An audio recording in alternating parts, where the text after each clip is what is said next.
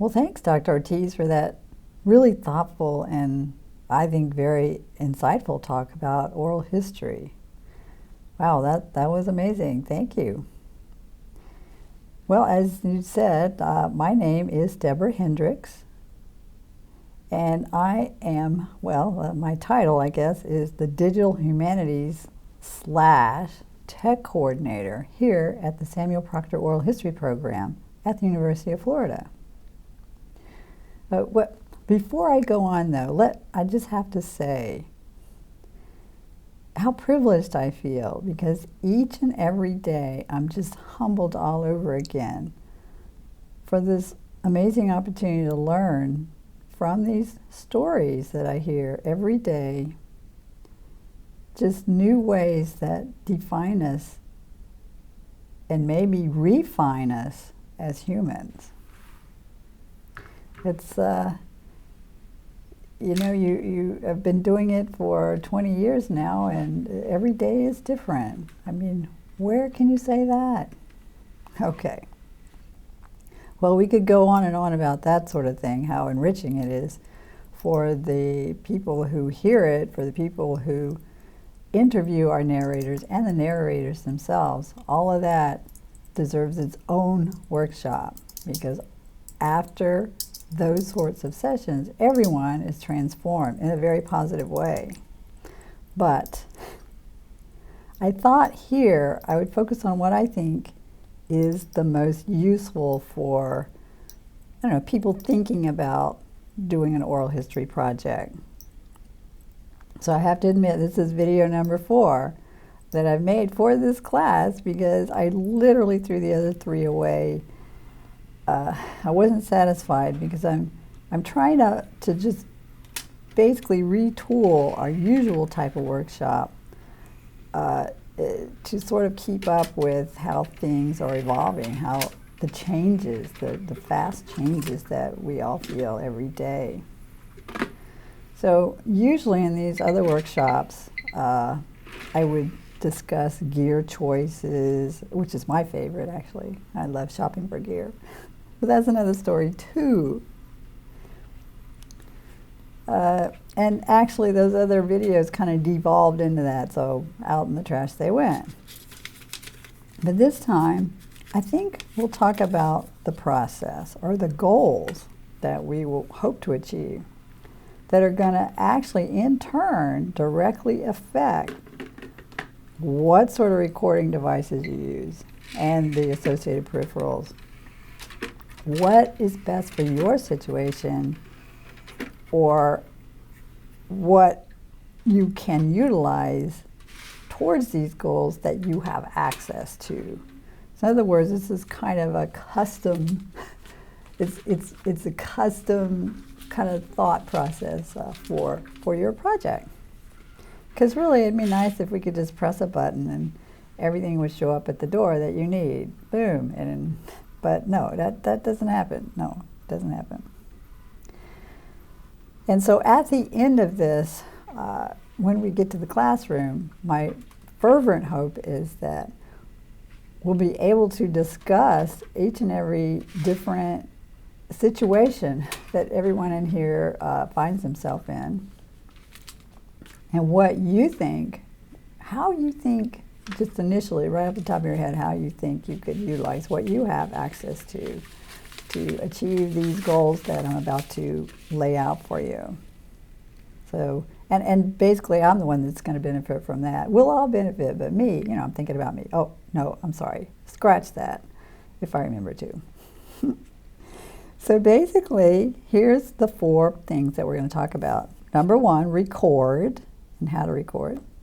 Number 2, the process to prepare for archiving and also for access. That is a process, and that's something to really think about from the get-go. Number 3, very, very important, how to archive your media, and then how do you provide access? How do you provide access for the access files that you're going to create in the step previous, the preparing?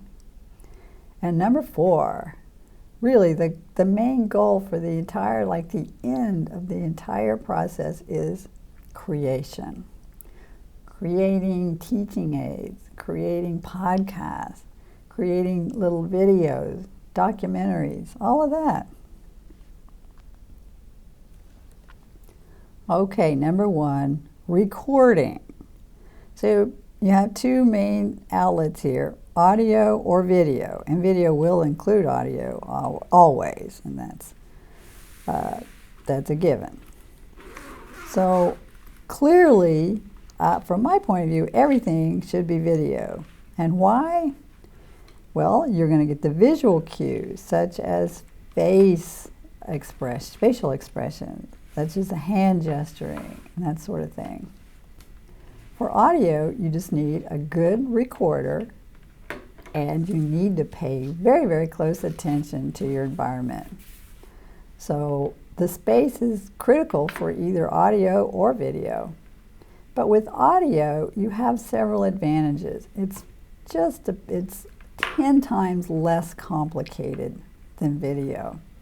Your file sizes are much more manageable than video. But I was talking about the environment, so I'm just going to give you a few highlights of that. If you use a recorder with internal microphones, that's great. Just sit at a comfortable speaking distance, put the recorder a little bit closer to your narrator. A certain type of microphones will pick up cell phone transmissions, so that should be on airplane mode. Fans, background noise such as people talking, you can't be in there. Echo, that's something you can't help, but you can try and find somewhere other place. Outside, not so great, because you'd be amazed how the birds are great, but the lawnmowers, the ubiquitous airplanes, the wind, all of these factors will be in the background. Trains, we've heard them all. Chickens, that's a good one. A clear interview is our goal. Clear interview is dependent, solely dependent on paying attention to your environment, proximity to your speaker as far as the pickup, the microphone, and last but not least, the quality of your microphone. No such thing as a good $20 microphone. So just throw that concept out the window. There you go. Now for video, like I say, all should be video because you just get a lot more information. And why not? Well, 10 times more complicated, lots of gear to haul, 10 times at least more expensive. You must have an advanced skill set for video. That's for composition, lighting. Ideally, you should have two people doing video. One has to pay attention to all these things, making sure it records, while the other one pays attention to just recording. And last, I will mention that's really, really important is when you're doing video, your narrator is always going to be aware of that. And they're never going to have a complete kind of comfortable space as they would if you're just doing audio. Almost always, people forget that audio recorder is there. In fact, sometimes you have to caution them that whatever they're saying is public. Now, in our case, everything we record is for public archives. So that's something that's specific to your project, if that's the way it's going to be, but that's the way we do it. Okay, so those are some points to consider. And when you're doing video also, you're going to have to have two systems of, something to collect visuals and then your audio. So it's really two systems in one. So you're going to have a wireless mic of some sort. You have to have a video recorder that will accept a microphone input. So those all add to the cost and complexity. A lot of moving parts there. Not to mention hauling around lights and tripod, but there you go. Okay, so audio or video, you must decide how you want to go. It could be either one, actually. You could do some audio and some video. In fact, some people will not want to be videoed. All right, so next we're going to talk about process. Well, in the processing of your media, it's great to have your media, your recording, and that's wonderful. Now you have it, and now what do you do with it? First of all, you're going to have to process your media for a couple of things. Subset of that, you're going to prepare an access file for the public. Now let me just put in the process here something about your release. Your release is something that is agreed upon by you and your narrator to make what they say public. But basically what they're saying here is public. So that's also something you should remember to do before the interview and say that everything you say here is public. So let's keep names out of it, as far as maybe don't talk about their health problems and anything that you don't want to be made public. So that's the release, and that is something you must have, or this is not going anywhere. No one can ever see it, and that's not the goal. So we're going to prepare our media for, let's just say, for archiving and for access. Now in our case, we also prepare media for returning back to the narrator. That's just a policy. It's a nice thing to do. It's an incredible gift they're giving you, their stories. There's no monetary payment for this. They will get a copy back for their family records, and I think it's the least we can do. So that's our three kind of parts of process.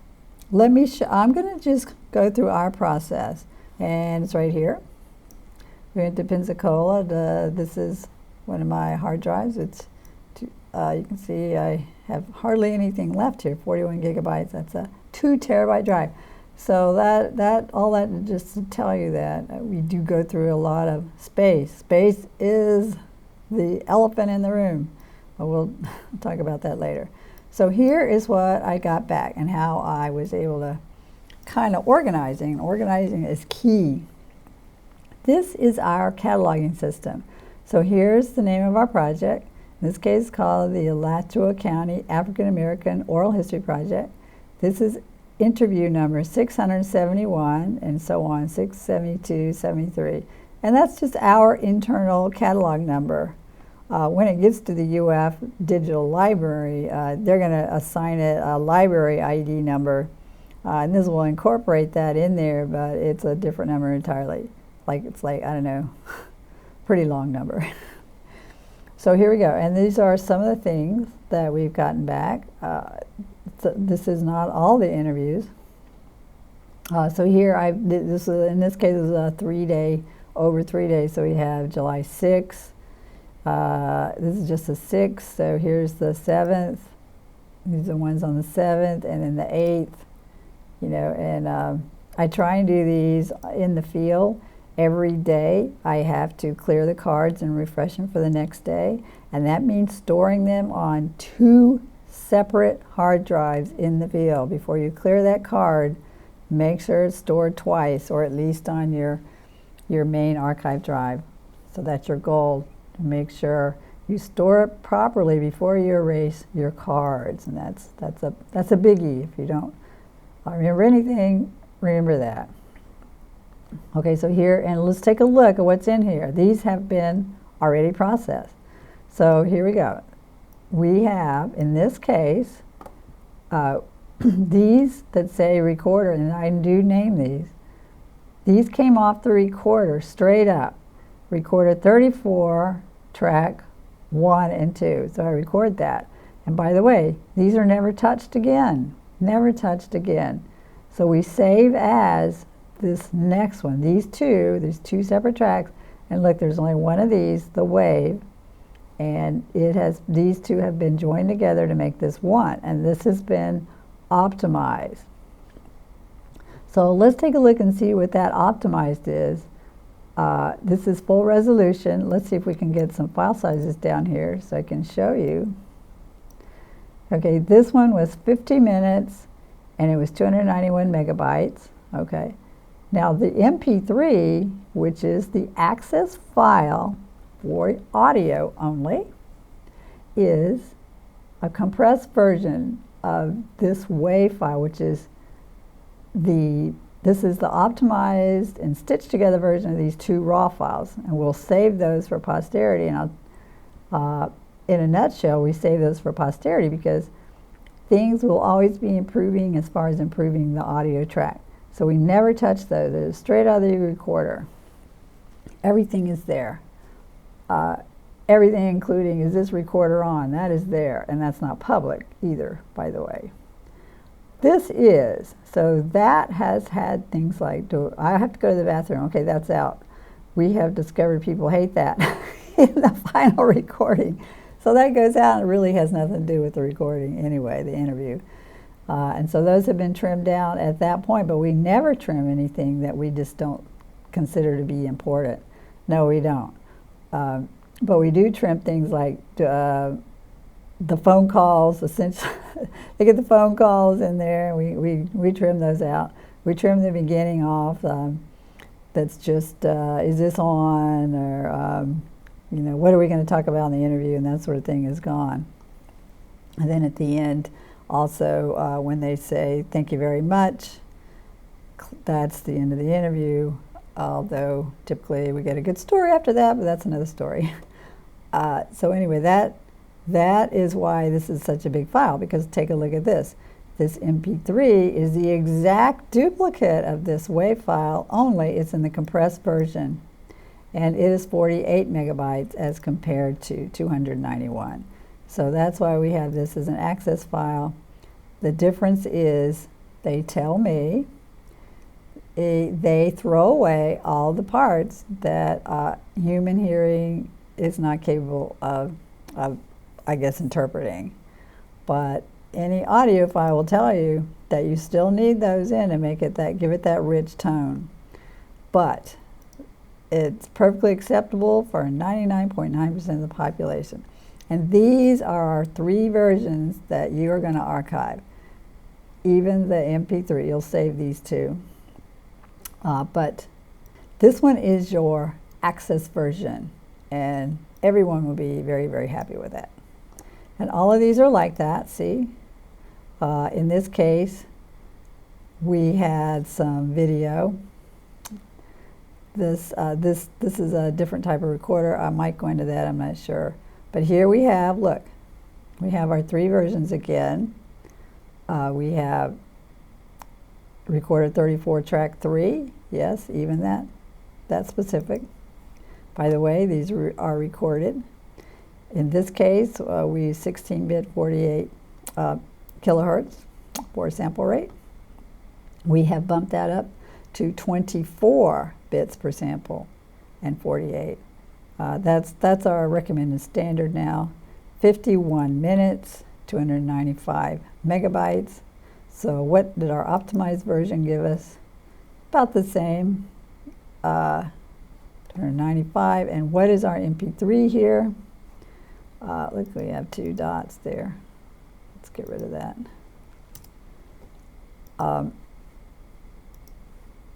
49 megabytes, and it's the exact same thing. 5119, 5119. There we go. So does that make sense? Our original, save forever. Save, don't touch. Save as, and then work on this for optimizing. So let me just show you about the optimizing very quickly. I'm going to double click this. We're going to open it up. I'm not going to do anything with it because I don't want to alter anything at this point.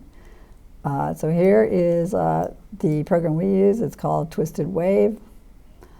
It's very simple. The top, the pink, is the entire track, and it represents, I'm going to zoom in so you can see, here's the pink. So this is, well, let's see if I can maybe make this so you can see the entire thing here. There we go. So this little pink part is this. So I guess that makes sense. I can drag that around. The flat spots are where you're going to make cuts for your audio editing. I'm going to take a little sample here, and now I'm going to go up to, I'm going to do its effect, which we use, Isotope, very, very expensive program. So it cleans it up, and here it is. So what I would do is I would just play. And right now, I mean, there's you can't hear anything because it's already been cleaned, but I would just do learn, get a sample, turn it off, stop, and then apply that globally, and it would clean it right up. So it doesn't need it. It's perfect. So with 13 landfills. Okay. This is actually doing it twice is taking too much out. All of this is a subtractive process, so you have to be very, very careful. So that's what we use. Isotope is about $1,500 plug-in, whereas Twisted Wave is only about $80 for life. This is not, and this is a subtractive process. Like I say, we clean it up. It does other things. It can get rid of the reverb and the echoey things to a point. But the AI is coming, and eventually it will be an additive process, and we can repair. We can do audio forensics easily. You can do it now, and it is not easy. So I wouldn't recommend it. But this is what we like, Twisted Wave, and this is what I use exclusively. It's $80 for life. You can make a clip just that simple. Just selecting it, copying, make a new, I'm going to make a new little space, say okay, there's our space, and look at this, I'm just going to Command V, and there's our clip. It just couldn't be any simpler. I'm not going to save that. That's the way we do it. I'm not going to save that. And also this little bar here, if I click here, I can, name the start. And that's great. You just can't be, if I put one here, I could just do it in there, blah, blah, blah. Okay. So I am just gonna, you can see real quick, I don't want to go too deeply into that. I'm not going to save that. And that's how we would optimize. And then we would save as. Okay. That's a quick and down and dirty tutorial of that. Okay. So there we have our kind of audio process. Now here, let's just say, okay, let's get this one here. This is more kind of easier. So we have our original, save as, work on this, optimize, save as again for our access. That's it. But we had to put it somewhere. And for us, here's our share drive.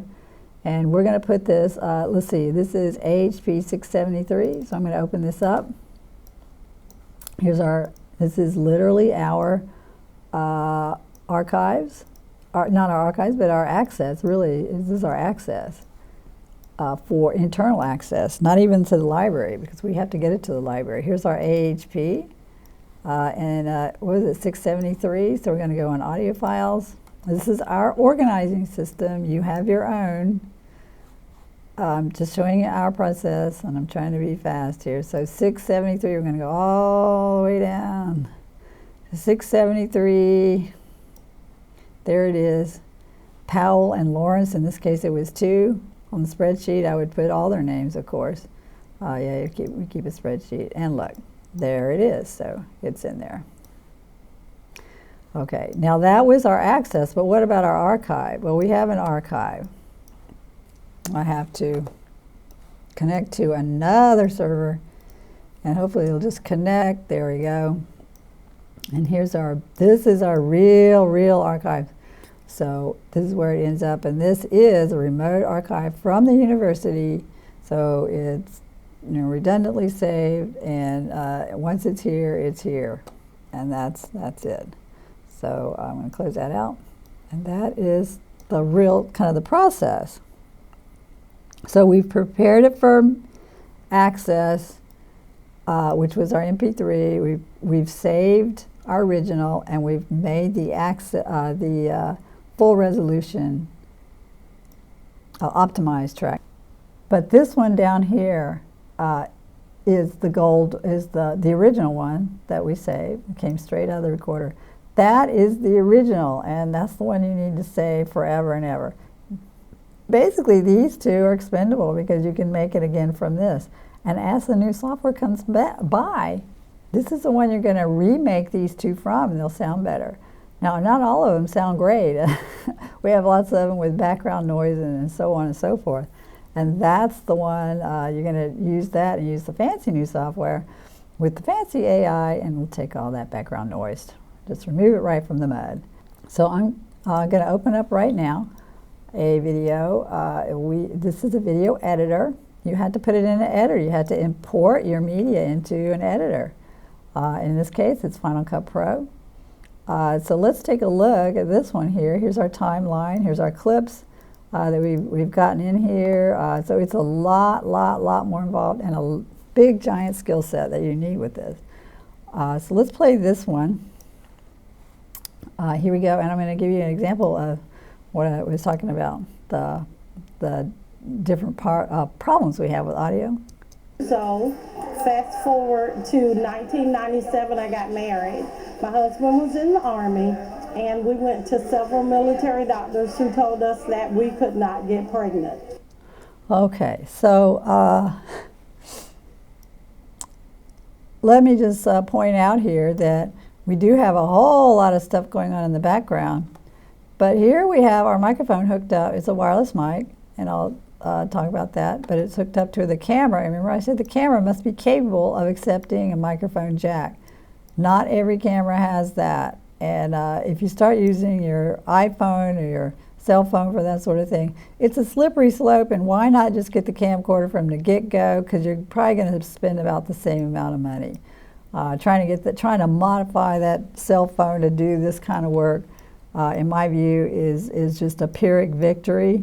There's just no need for it unless you're doing things that you just want to swing over to social media right away, and then it is.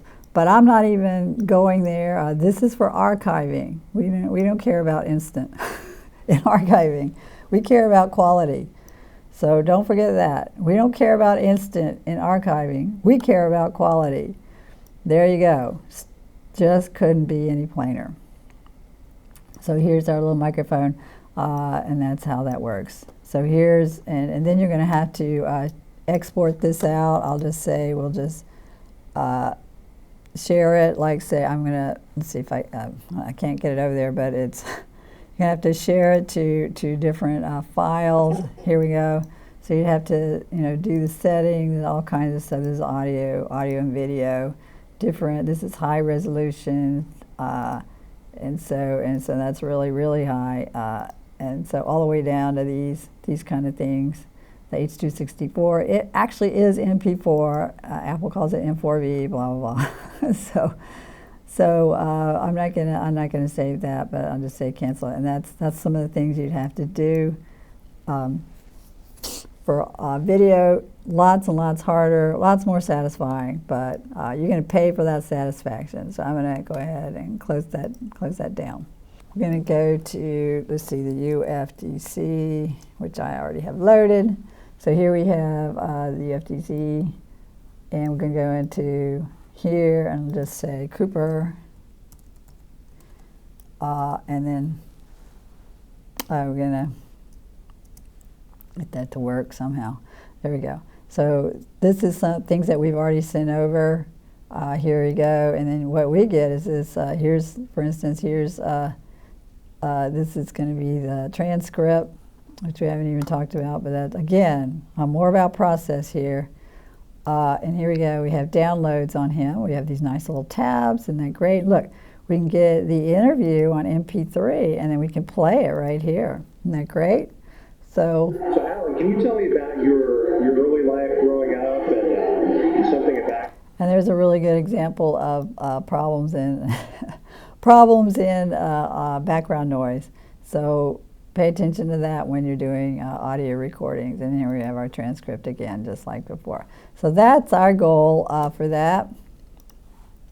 And that is a real quick run through of process, preparing your media for access, for archiving, and also for the narrator. Now, we didn't discuss that, But here's some of the ways that we do it. We can prepare it on an audio CD, like here. A lot of times they still request that. We can email it back to them. We have a way, kind of an intermediate place that we can, here I'll show you, kind of an intermediate place. And for us, it's this. We just use this one right here called Hightail or Open Text. And I'm going to go ahead and show you what it is. So it's called, in here it's called Spaces. So we have all these different, this is just intermediate, for instance. Here's some like World War II veterans. So what we'll do is we'll just send them this link, see? And it's got all these, the different things, and then they get the link and then they can download right here. This is just temporary, it's not meant to be permanent. But they can also play, for instance, if we do this. It's, you know, it's not a great player, but it does work. And to give it a second to load. There we go. Buenos días. Hoy es 26 de junio. Okay, and there we go with that. So that's kind of what we use as a temporary way to get the MP3s and MP4s. Of course, it's a long. That's harder to send through. This is not really meant for that sort of thing. The file sizes are too big, but it is a great way to transfer files.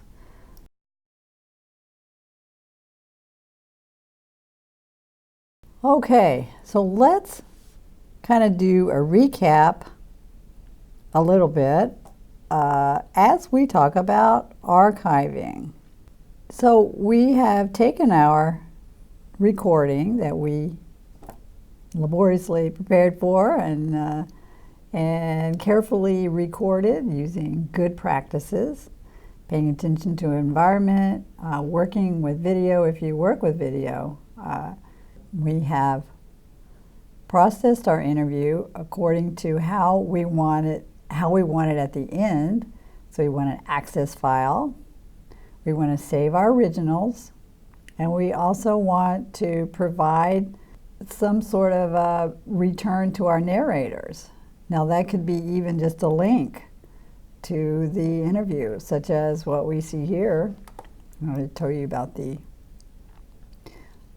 this link that we do. This is an interim link, we call that. It's just a way that they can see it immediately, or hear it immediately, or download it immediately. Of course, that only works if they have access to this sort of technology. And let's face it, a lot of our population does not have access or even have the faintest idea how to access this sort of thing. The final destination is the archive, because we want to save this. We don't want to just keep it in our own computer, or, by the way, we shouldn't do that. You should have some way to store this on a remote server. So the institution repository is best if you can get it. Next best thing is going to be some sort of paid service such as Dropbox. There's others, but I would stick with something well known, even Amazon. Well, Amazon has many kind of options on that. There are the digital storage, ultimate, they're the highest level. A lot of these places that you see that use digital storage really are using Amazon. Those are things to consider. But those are not free. You're going to have to pay in perpetuity for that, at least now. Maybe in the future there will be something. But as for now, that's a consideration. And the reason it's important to consider it from the get-go is that you're going to have a lot of data, potentially, and moving like terabytes and terabytes of data is no fun, and there's always a potential for a problem. So it's best to leave it lie, and then go back and modify it in place, if you can. So that's why it's good to find your permanent location like right away. But if you can't, you just have to do what you need to do. and also curating. Curating means preventing it from becoming obsolete in the case of digital files. The YouTube channel I look on really as just a storage place because, as you know, each one of these videos, I'm going to stop this here. Each one of these videos will have, you know, a URL that you can use it and links and all sorts of things. So there is that, and that's a great way for access that you can do outside of a library. But again, these sorts of things you can think of as kind of ephemera, whereas your archive is not ephemera; it's supposed to be permanent. So with that, let's stop there, and next we'll talk about what you can do. Okay, well, we've made it this far. Number 4, the fun part is creating things from the wonderful interviews that you've collected. So I have 2 things that I want to show you. One of them is just a regular, this is a video that we did in 2014. And this lady at the time, I think she was 102 or something. But I'm going to show you some of the things that you should include in your video. Now, this is straight up an archival, let's call it archival video. This is what you would have. So I'm going to go ahead and we're going to fly this up on the Mac. I'm going to fly it up by just hitting the space bar. And I'm going to play this for you. Stop it once in a while. Okay, we have her name, very important, and it's an oral history. Let's move forward.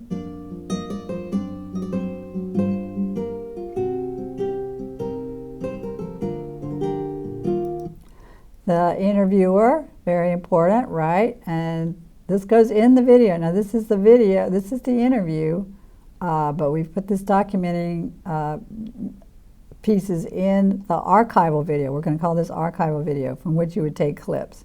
So here we go. Let's go forward.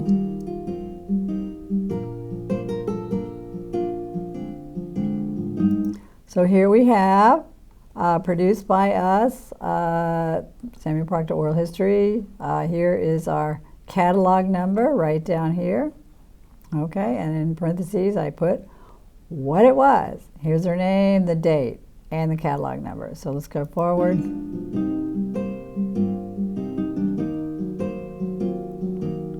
Well, this is optional, but it just tells you where we filmed it. Okay, and then that's about it. So all of this was, all of that was just B-roll that I knew that I would need for this opening. So let's see, let's go down to the end here, and there's kind of the interview. Let's see what we got at the end. We'll play that too. And we left a little bit of that. Here we go, same thing. Got her name.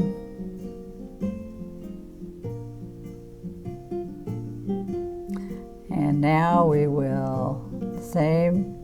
So it kind of brackets it a little bit, but this is just pretty standard. Also, edited tells you when it was edited. There's our little watermark. Doesn't mean anything, it's just nice detail. I mean, these are all, like I say, video editing is a pretty complex skill. So let's move forward a little. The end, and also this is the music. Now I get it from a royalty-free music subscription, which I can use for life, and I just put that in there. Basically, I've done this for the family, and it's just nice, and I can do it, so why not? Okay, same lady on this particular day. She was very, very connected to her outside garden, and so she wanted to do what's called a walkabout. Now this is really, really valuable, and I would highly and strongly recommend that you do these walkabouts. Very, very simple. And we're going to look at this, and I'm going to show you how we did this. So this is even before stabilizers, so which will be obvious. We use stabilizers now, but anyway, here we go. Let's play this. So same music. So we call these walkabouts, and you'll see why. Here's our catalog number. I just did a real brief intro here. It says, at her house. When we did the interview. And these are some of the pictures in her house. So don't ever forget that. Take those when you're there. You never know if you'll need them, like right now. That's her genealogy. She wanted me to take it. Here we go. Azaleas and camellias in there. I can see. They're beautiful. Tell them what this is, Mom. Tony, my grandson, made me a garden. And right now we don't have anything on it. But this was all marigolds, and they're all got to come down. But we had peas and beans growing here, And you got and peppers. But right now we don't have any. We got one. We got We got one. Look at that, you got a crop. It's harvest time. Oh boy, how about that? He built it up Oh, we because can cook them. she's legally blind and she can't see. So he built it high enough so that she can see it. How about that? Wasn't that nice? That's a very thoughtful thing to do. Wow, look at all that. I didn't know we had that many on here. You've got a bunch of them on here. There, that's how she Picking my crop. That's how she picks her crop. That's right. All right. So that is just a quick kind of, it's a wonderful thing to be able to do that. And I don't know, let's see if we can back up here. I wonder if you can notice where the microphone is, right here. And it's attached to the camera, and that's why we're getting the good audio. So that's a walkabout. It's a great thing. You can, I'm sure every one of you are thinking of great uses for this. Let's see, our walkabout, let's see, I think we looked at this a little bit here just a second ago. I'm going to see if I can. Now here's a walkabout that we do now with the stabilizer. Let's play this. Looking out of University Avenue, we say this is going to be the hot spot for the parade for homecoming. The people here, will probably have a key to the roof. He might be able to have some of the prime viewing area. You may be able to see some of the palapa. Okay, let me zoom forward a little bit and get some more movement. You can see how smooth that is as a table with a stabilizer. They have I guess the design is and also to the building, yes, and they are. So where's our narrator? Way down there. In this case, although the space is the same. What we have is we have a little recorder that we use now to sync up the audio. So I'm sure you can think of a lot of great uses for this. This is called a walkabout, what we call a walkabout, and we just follow them around with the camera on a stabilizer, and we have the person mic'd up. Let's see. I think I cut that out, but let's see. That's why I had that in there. All right. So there's you can see the wire hanging down. So we could have done a better may or job may on not that, but be that aware, was the microphone. Actually, probably a small recorder. So those are two possibilities for a video. Also, you just, you can take clips from interviews and put those together. And don't forget to get pictures of the scene, and that'll help you a lot. Okay, that's great. Now what about, say, podcast? Well, it's the same thing, only you're not going to have visuals. You're just going to have sounds. In this case, what makes it really, really sound like you're there, is to put in not only your narrator sound interview, but also like maybe running water or background noise of birds or something that indicate that you're outside, all sorts of things. It's very, very creative. So let's open up this one here. And this is just it's Twisted Wave again. Now, unfortunately, it's Mac only. This is very, very basic, and I wouldn't recommend this for anything sophisticated, just because it's really just meant for making clips, so you can do that. You can also do it in iMovie. So I'm going to give you a list. I'm not going to do it right now, but I'm going to give you a list of some of the software that that we have used, and I'm only going to stress here things that we have used because everybody is different.